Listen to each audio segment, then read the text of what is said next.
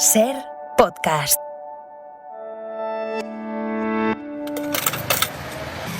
Este ruido, el ruido de un surtidor, es la música de fondo de un fraude sin precedentes. Elige el tipo de carburante que necesitas. El fraude del diésel. Pulsa el importe. Crónica 24/7. Y listo. 1.900 millones de euros estafados a Hacienda, 13 meses acumulados de engaño. Eva Aguado. Una cuarta parte del combustible, del diésel, vendido de forma fraudulenta. Precios un 40% más baratos. Decenas y decenas de operadores fantasma. Estas son las cifras de la mafia del diésel, que compra más barato porque compra en países que tienen prohibida la venta y que además se queda con el IVA. Episodio 147. Los gasolineros se quejan, están en el punto de mira de un engaño del que no se pueden proteger. Yo como sé que no lo han liquidado, ¿entiendes? Yo te digo que yo no lo hago, pero de otros compañeros es que es más. Hay momentos en los que, yo sé de muchos compañeros míos, que lo que hacen es pedirles un certificado de estar al corriente con la Hacienda. Y lo tienen. Ya hay gasolineros que están echando el cierre porque no pueden competir con los precios del fraude. Otros están recibiendo las reclamaciones de Hacienda. Nosotros compramos productos, recibimos la factura y pagamos nuestro IVA correspondiente. Aunque ellos, insisten, pagan el IVA. O sea, los gasolineros, lo que es la realización de servicio, no tiene nada que ver en este fraude, nada. O sea, nosotros, ya te digo, recibimos la factura tal y como es, y cuando la recibimos la pagamos. O en este caso, pagamos por adelantado y después nos mandan la factura del producto que hemos pagado. En Crónica 24/7 hablamos con gasolineros, consumidores, con los que investigan este fraude multimillonario. El fraude millonario del diésel. Detrás de este sonido Ha elegido gasolina sin plomo 95. hay una mafia. Por Javier Ruiz. Una mafia de los carburantes que sale corriendo con parte de la factura que nosotros pagamos. Antes de que el diésel llegue aquí, a las gasolineras,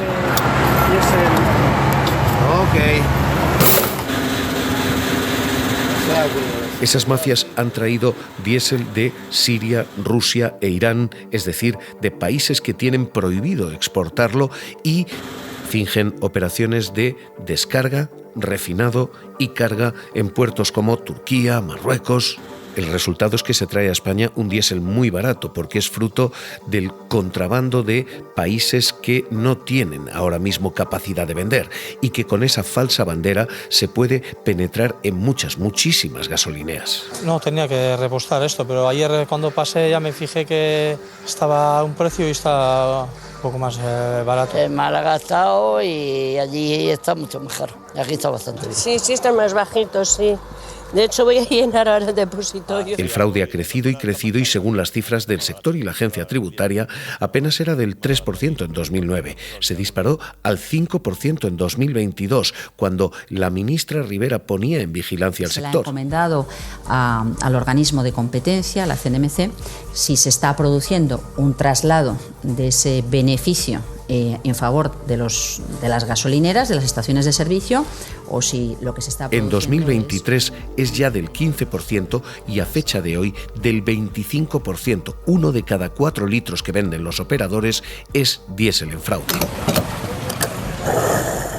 El gran escalón del fraude es el del IVA. Operadores petroleros venden a los gasolineros, les cobran el IVA, pero liquidan sus sociedades antes de 3 meses para no tener que pagarlos a Hacienda. Básicamente, corren con el dinero del IVA y desaparecen.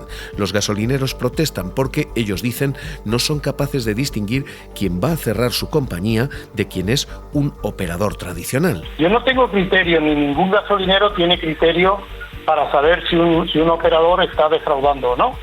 De hecho, nosotros compramos productos, recibimos la factura y pagamos nuestro IVA correspondiente.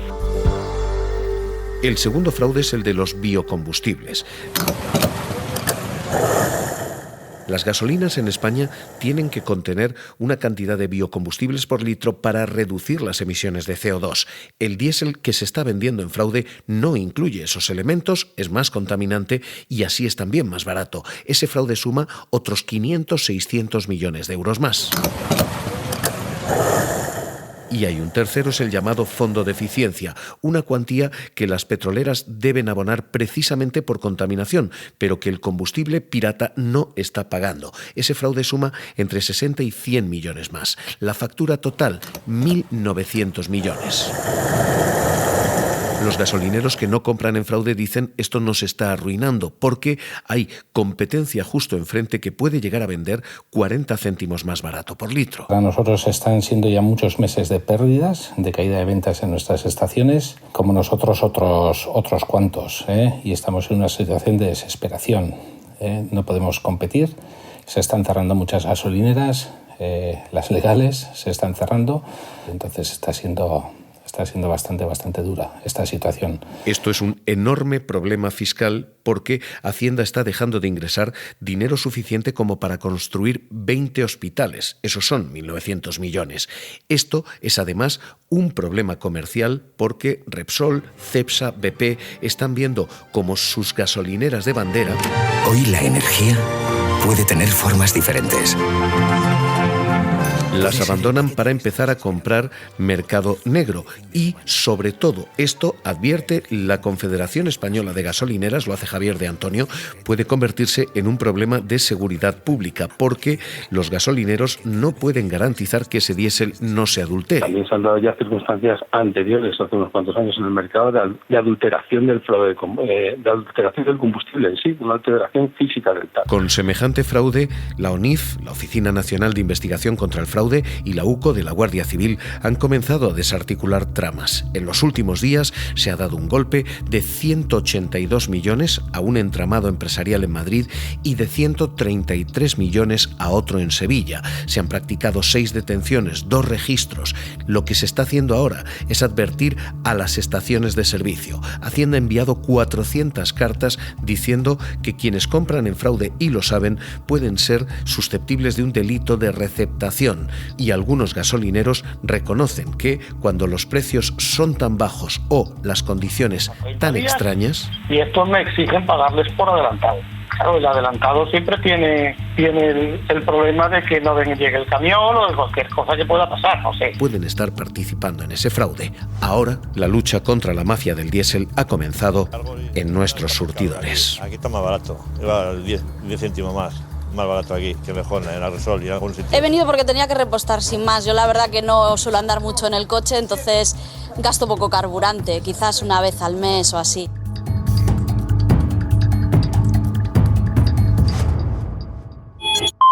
Crónica 24/7.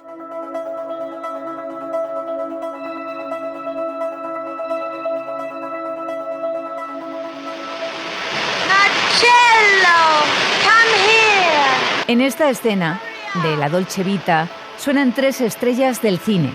La actriz Anita Ekberg, el actor Marcello Mastroianni y el agua de la fontana de Trevi. Roma es la tercera estrella de La Dolce Vita.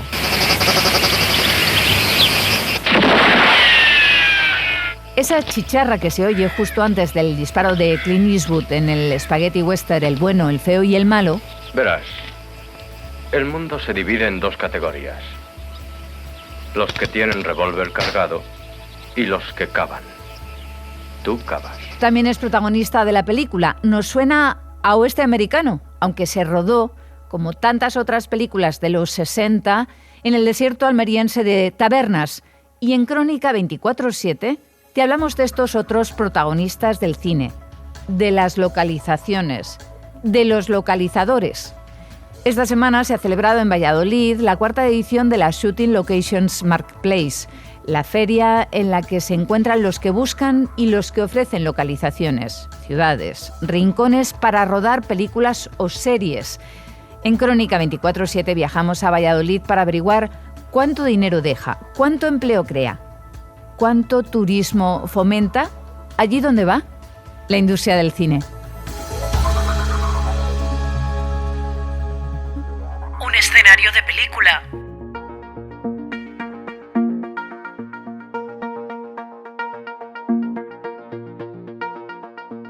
forman parte del equipo de un rodaje.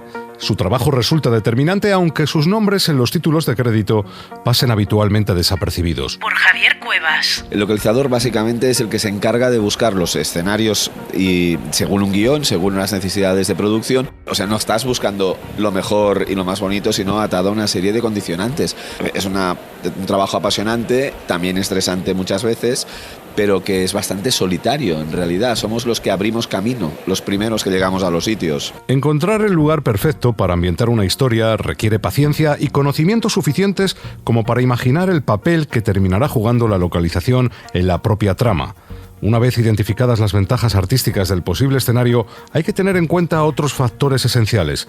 Jaime Jordana se dedica profesionalmente a buscar escenarios para series y películas. Es muy importante, primero, que estéticamente tiene que ser el sitio ideal, ese pueblo, ese castillo para una serie medieval, pero después, evidentemente, que sea rodable, que decimos, o sea, que puedas acceder a ese castillo hipotético, que puedas hacer las manipulaciones siempre con cuidado y devolverlo al estado original, que los permisos tengan un precio ajustado. Ampliar el catálogo de posibles localizaciones se ha convertido en un objetivo prioritario para la industria audiovisual, ya que el número de rodajes ha crecido sustancialmente a partir sobre todo de la llegada de plataformas que se ven obligadas a producir de manera continuada series o películas.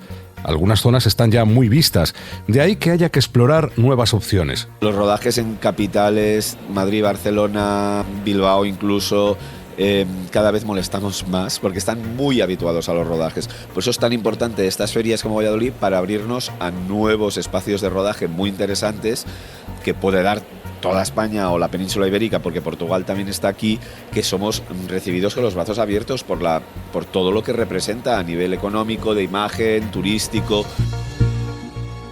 El pasado año en España se produjeron un total de 375 largometrajes y 556 cortos. Se contabilizaron 37 coproducciones con otros países, con una inversión de 197 millones de euros y 10.000 contratos de trabajo, según el Instituto de Cinematografía y las Artes Visuales del Ministerio de Cultura. Rubén Souto es socio de la empresa de localizaciones Scout & Film. Estamos en un momento en España con un montón de rodajes internacionales y nacionales moviéndose, no huyendo, pero saliendo fuera de Madrid, de Barcelona, que históricamente son los lugares donde más se rueda, y creemos que va a dar visibilidad a que cualquier film office, cualquier lugar pueda tener su escaparate. Y en España lo que tenemos es una grandísima variedad de paisajes y de estilos arquitectónicos, que es el motivo por lo que estos proyectos internacionales acaban aterrizando aquí. Y es que ver tu ciudad o tu pueblo convertido en el escenario de una serie o una película es algo que gusta a quienes habitan esos entornos.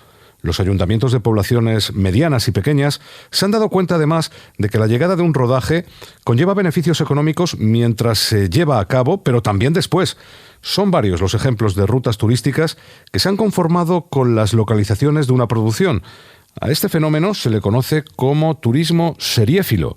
Hablamos de un reclamo más para atraer visitantes, por lo que los ayuntamientos suelen facilitar todo lo que está en su mano la llegada de rodajes. En los últimos años han proliferado las Field Commissions. Son facilitadores y captadores de proyectos encargados de allanar el camino a los productores. Juanma Guimerans es el Field Commissioner de Valladolid. El objetivo de los Field Commissioners no es otra que ofrecer sus espacios, inicialmente eran solo localizaciones, ahora también infraestructuras, servicios, a aquellos que quieren hacer o que están haciendo películas y series por todo el mundo, ¿no? El proceso que termina con el uso de un espacio o un inmueble para el rodaje de una serie, un anuncio o una película se ha ido profesionalizando. Ya no caben proyectos que no contemplen de antemano criterios de sostenibilidad. Por ejemplo, ahora se está potenciando mucho que los grupos electrógenos sean eléctricos, que todo sea reciclable. Es un punto que cuando yo empecé hace unos años no se tenía nada en cuenta y ahora es básico. La competencia entre territorios es una realidad. Castilla y León, por disponer de una gran variedad de opciones rurales, urbanas y de naturaleza, es en estos momentos la comunidad más pujante del país en la captación de rodajes. Hay algún elemento en el que tenemos más dificultades para competir, pero es un elemento que no depende de nosotros, que son los incentivos fiscales. Pero si quitas esa parte de la ecuación, en el resto no hay, creo, un territorio mejor, porque unimos dos elementos que son fundamentales. Por un lado, la variedad y por otro la facilidad. Es muy difícil encontrar un territorio donde sea más fácil rodar que en Castilla y León y en concreto en Valladolid. Pues si atendemos a la parte de la ecuación relacionada con lo puramente económico, cabe señalar que el programa de incentivos fiscales activado en España en 2015 ha tenido un importante impacto. Un estudio presentado por la Spain Film Commission revela que cada euro invertido en incentivos fiscales a rodajes ha generado un retorno de 9 euros en nuestra economía. Crónica 24/7.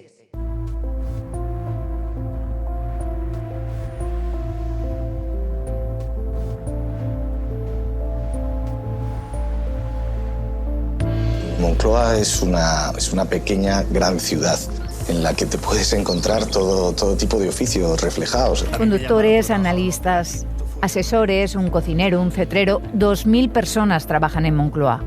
Unos van y vienen y otros... A mí me llamaron porque trabajaba en un hotel aquí. Esto fue en 15 de agosto del 78. Y vine para 15 días y llevo desde entonces. Otros se quedan. Trabajan en Moncloa desde hace décadas y su historia... El día a día de la sede de la presidencia del gobierno es el argumento del documental Moncloa 4 estaciones, que van a poder ver a partir de este domingo los suscriptores premium del País. Su productor ejecutivo dice que durante el año que duró la grabación hubo muy pocos límites para las cámaras. Quedó claro que lo que íbamos a hacer era entrar a todo lo que pudiéramos. Que habría sitios donde seguramente no podíamos pasar la puerta, por ejemplo, un Consejo de Ministros, sabemos que no por ley, pero otras cosas queríamos tener acceso a la gente que limpia el comedor, a la gente que corta el césped y a la gente que preside el país. En Crónica 24/7 te contamos cómo se hizo Moncloa 4 estaciones, dirigido por Curro Sánchez Varela, un documental maldito que nadie quería emitir hasta ahora y que cuenta desde la rutina presidencial hasta eventos más extraordinarios, como la organización de una cumbre de la OTAN. Ahora organizar la cumbre de la OTAN son cuestiones de logística complejas, muy importantes. Estamos hablando de 5.000 personas. 2.000 periodistas. O sea, Biden solo viene con 1.200 personas. Nice to see you again, Mr. President. My worry every time I come to Spain is staff's not going to come home. I want to stay, that's my worry. Making of del documental sobre la vida en la Moncloa. Vamos a conocer lo que es la Moncloa, la ciudadela donde se gobierna este país y donde pasan tantas cosas. Pero luego es muy interesante saber que el motor de eso son gente como nosotros. Por Sonia Ballesteros. Víctor Martín es el productor ejecutivo de un documental que nos mete en las tripas de la Moncloa, que no es solo ese palacete que vemos a la entrada de Madrid. Moncloa es una pequeña gran ciudad en la que te puedes encontrar todo tipo de oficios reflejados. Que de repente te puedes encontrar con una sucursal bancaria, te puedes encontrar con una oficina de correos, una comisaría de policía donde te pueden expedir el DNI o renovarte el pasaporte. Todas esas curiosidades que casi te hacen sentirte como si estuvieses en una pequeña ciudad, donde tienes todo a mano. Curro Sánchez, director del documental, y Víctor Martín estuvieron grabando durante un año el funcionamiento de la Moncloa. Querían entrar en todas partes y se encontraron con pocas líneas rojas.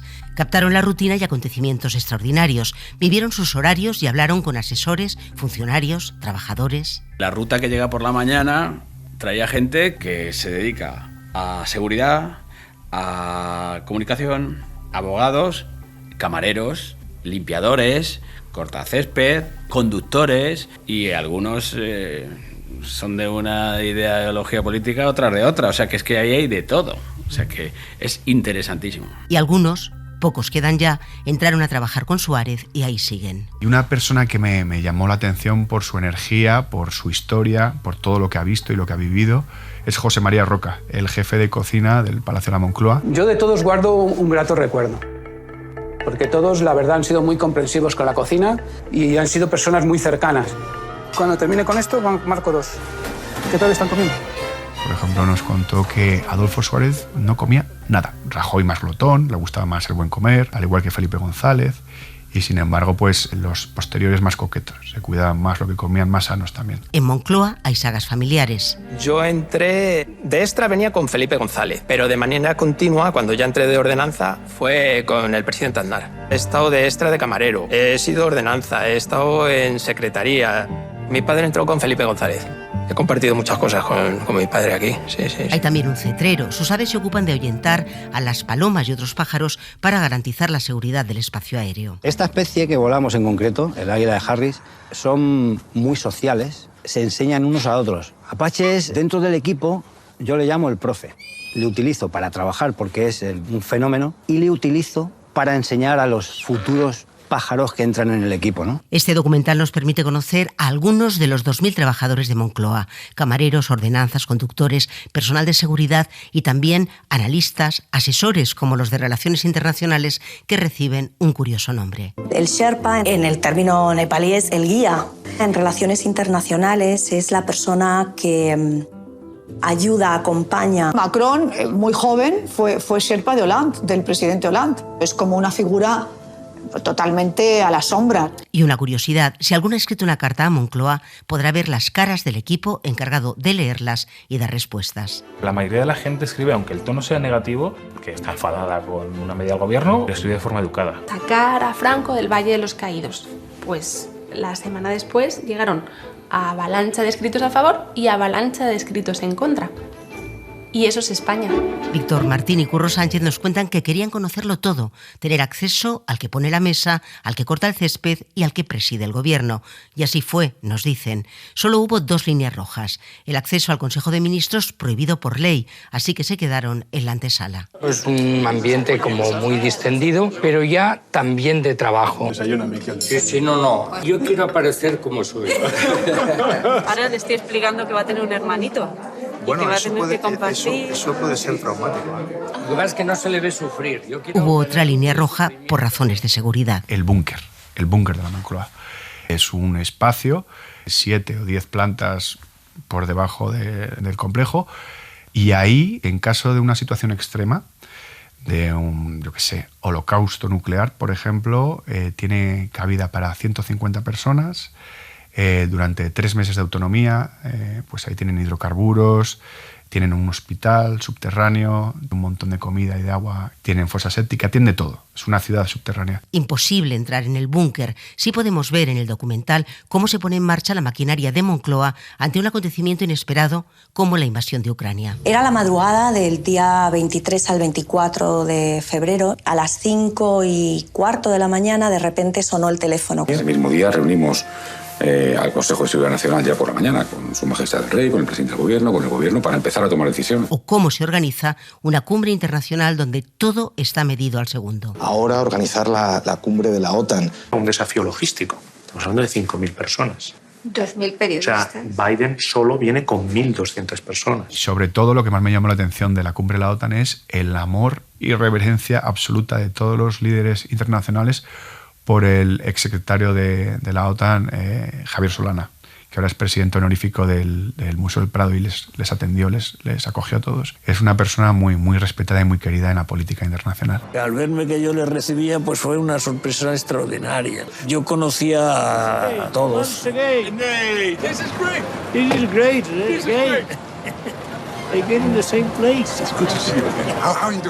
Moncloa, 4 estaciones. Al final es año y medio de trabajo. Yo no te sé decir las horas de sala de postproducción y todo eso, pero muchas jornadas de grabación. Fíjate, yo creo que pensamos en hacer 100 y al final hicimos cerca de 90.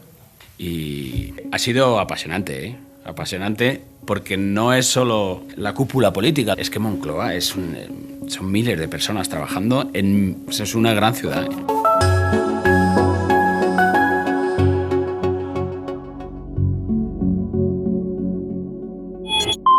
Crónica 24/7. Esto es Crónica 24/7, el podcast de reportajes de la cadena SER que cada semana busca y te ofrece testimonios, historias. Compramos productos, recibimos la factura y pagamos nuestro IVA correspondiente. Información, miradas. Los rodajes en capitales, Madrid, Barcelona, Bilbao incluso, cada vez molestamos más porque están muy habituados a los rodajes. Crónica 24/7 es una producción de SER Podcast. Moncloa es una pequeña gran ciudad en la que te puedes encontrar todo tipo de oficios reflejados. Dirección: Eva Aguado. Está en todas las plataformas. Suscríbete. Realización y diseño sonoro: Juan Aranaz. Disponible los sábados a las 10 de la mañana en la aplicación y la web de la cadena SER y en las principales plataformas. Cadena SER. La radio.